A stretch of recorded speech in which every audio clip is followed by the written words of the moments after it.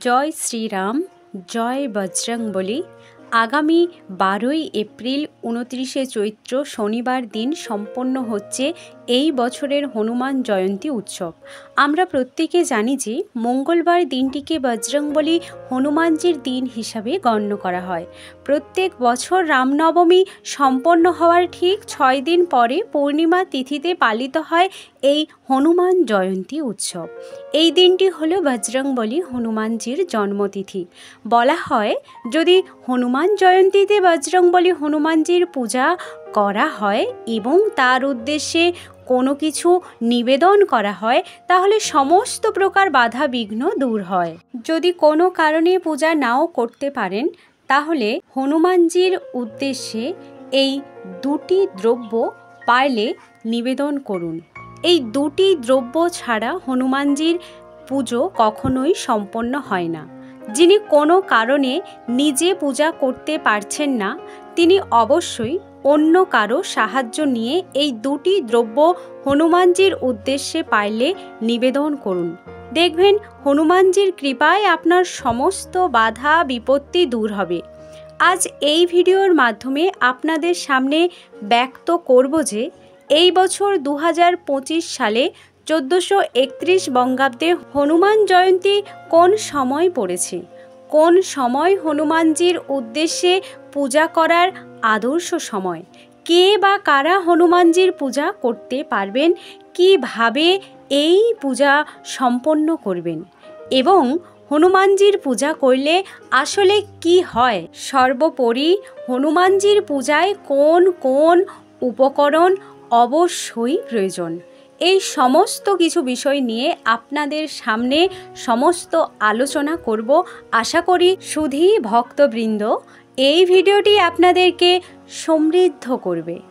নমস্কার দর্শকবৃন্দ, গল্প এন্ড কথায় মৌমিতা পরিবারে আপনাদের সকলকে জানাই সুস্বাগতম।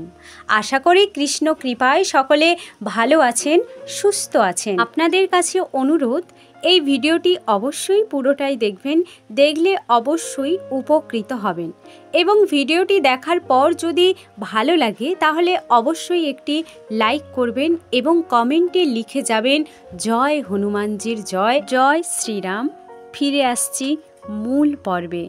সংকট মোচন বজরংবলীর পূজা নারী পুরুষ সকলেই করতে পারেন। তবে শাস্ত্র মতে বজরংবলী হনুমানজি ছিলেন একজন ব্রহ্মচারী। সেই কারণে বজরংবলী হনুমানজির পূজার সময় মহিলাদের তার মূর্তি স্পর্শ করতে নেই এবং তার উদ্দেশ্যে সিঁদুর ও লাল চোলা অর্থাৎ লাল কাপড় মহিলাদের নিবেদন করতে নেই। তার মূর্তি স্পর্শ না করে দূর থেকে প্রদীপ ধূপকাঠি প্রজ্বলন করে তার পূজা মহিলারা সম্পন্ন করতে পারবেন।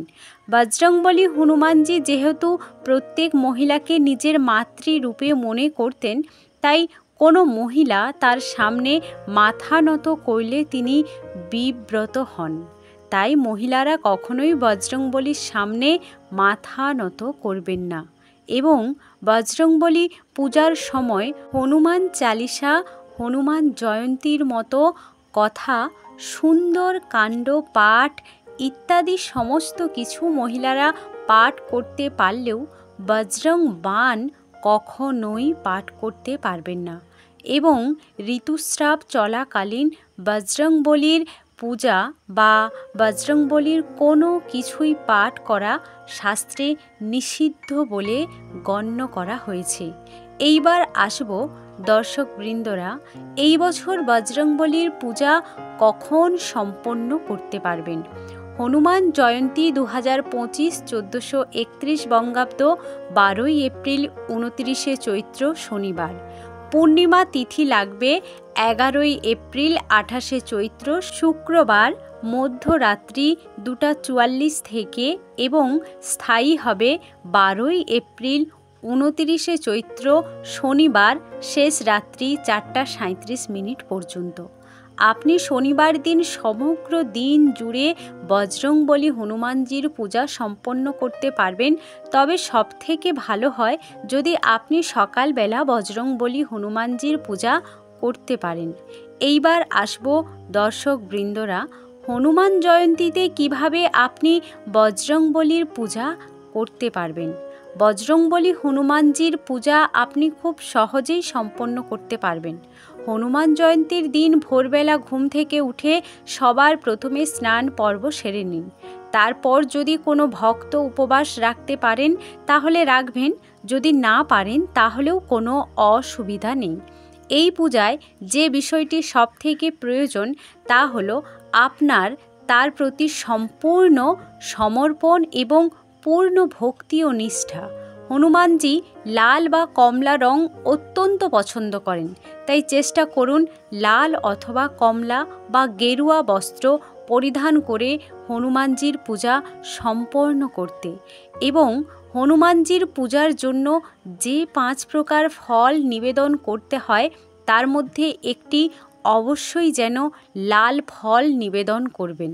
সব থেকে ভালো হয় যদি আপনি একটি লাল বেদানা বা একটি লাল আপেল নিবেদন করতে পারেন। এর পাশাপাশি আপনি কলা, নারকেল, পেয়ারা, কমলালেবু অথবা অন্য কোনো মৌসুমি ফলও নিবেদন করতে পারেন। হনুমানজির সব থেকে প্রিয় মিষ্টি হল বেসনের লাড্ডু বা মতিচুরের লাড্ডু। হনুমানজির পূজায় যে কোনো এক প্রকার লাড্ডু অবশ্যই নিবেদন করবেন। সঙ্গে নিবেদন করবেন গুড় ও ছোলা। পুষ্প হিসাবে হনুমানজির উদ্দেশ্যে নিবেদন করতে হয় লাল ফুল। যদি সম্ভব হয় একটি জবা ফুলের মালা হনুমানজির উদ্দেশ্যে নিবেদন করুন। হনুমানজি জুঁই ফুল অত্যন্ত পছন্দ করেন, তাই জুঁই ফুল বা জাসমিন তেল হনুমানজির উদ্দেশ্যে পাইলে নিবেদন করুন। যদি আপনার কোনো বিশেষ মনস্কামনা থাকে তাহলে আপনি এই হনুমান জয়ন্তীর দিন 11টি পিপল বা পাকুর পাতা বা বট পাতার ওপর লাল চন্দন বা সিঁদুর বা জুঁই তেল দিয়ে জয় শ্রীরাম এই কথাটা লিখে হনুমানজির উদ্দেশ্যে সেই পাতার মালা তৈরি করে তাকে নিবেদন করুন এবং তারপর আপনার মনের প্রার্থনাটি ব্যক্ত করুন। দেখবেন আপনার সেই প্রার্থনাটি নিশ্চিত রূপে পূরণ হবে। হনুমানজির পান অত্যন্ত পছন্দের, তাই পারলে হনুমানজির পুজোয় পান সুপারি অবশ্যই নিবেদন করবেন। সঙ্গে পুজোর প্রসাদে অবশ্যই নিবেদন করুন তুলসী পাতা, কারণ হনুমানজি হলেন শ্রীরাম ভক্ত আর শ্রীরাম হলেন ভগবান বিষ্ণুর 7ম অবতার। তাই ভগবান বিষ্ণুর অত্যন্ত প্রিয় তুলসী পাতা হনুমান পূজার সময় হনুমানজির প্রসাদে অবশ্যই নিবেদন করতে ভুলবেন না। হনুমানজির পূজার সময় যে মন্ত্রটি অবশ্যই উচ্চারণ করতে হয় সেই মন্ত্রটি হল ওম হনুমতে নমঃ। সম্ভব হলে এই মন্ত্রটি হনুমান জয়ন্তী পূজার দিনেই 108 বার উচ্চারণ করুন। আর এই দিনে অবশ্যই হনুমান চালিসা পাঠ করতে ভুলবেন না। এই হনুমান জয়ন্তীর দিন যদি হনুমানজির উদ্দেশ্যে ব্রত রাখেন তাহলে হনুমান জয়ন্তীর কথা এবং রামায়ণের সুন্দর কাণ্ড অবশ্যই পাঠ বা শ্রবণ করবেন। আর হ্যাঁ, যে কোনো হনুমান মন্দিরে গিয়ে অবশ্যই একটি জেসমিন তেল অথবা সর্ষের তেলের প্রদীপ অবশ্যই প্রজ্বলন করবেন। চিরঞ্জীবী সংকট মোচন হনুমানজি আমাদের জ্ঞান, শক্তি এবং সাহস প্রদান করেন। তিনি আমাদের সকল দুঃখ বেদনা দূর করে আমাদের আত্মবিশ্বাসকে বাড়িয়ে তোলে।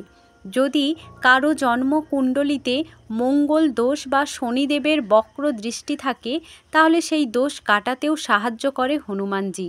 যদি কোনো ব্যক্তির জীবনে শনির 7.5 বা শনির দোষ অথবা মাঙ্গলিক সমস্যা থাকে তাহলে সেক্ষেত্রেও হনুমানজির পূজা করলে সে সমস্ত বাধা দূর হয়ে যায়।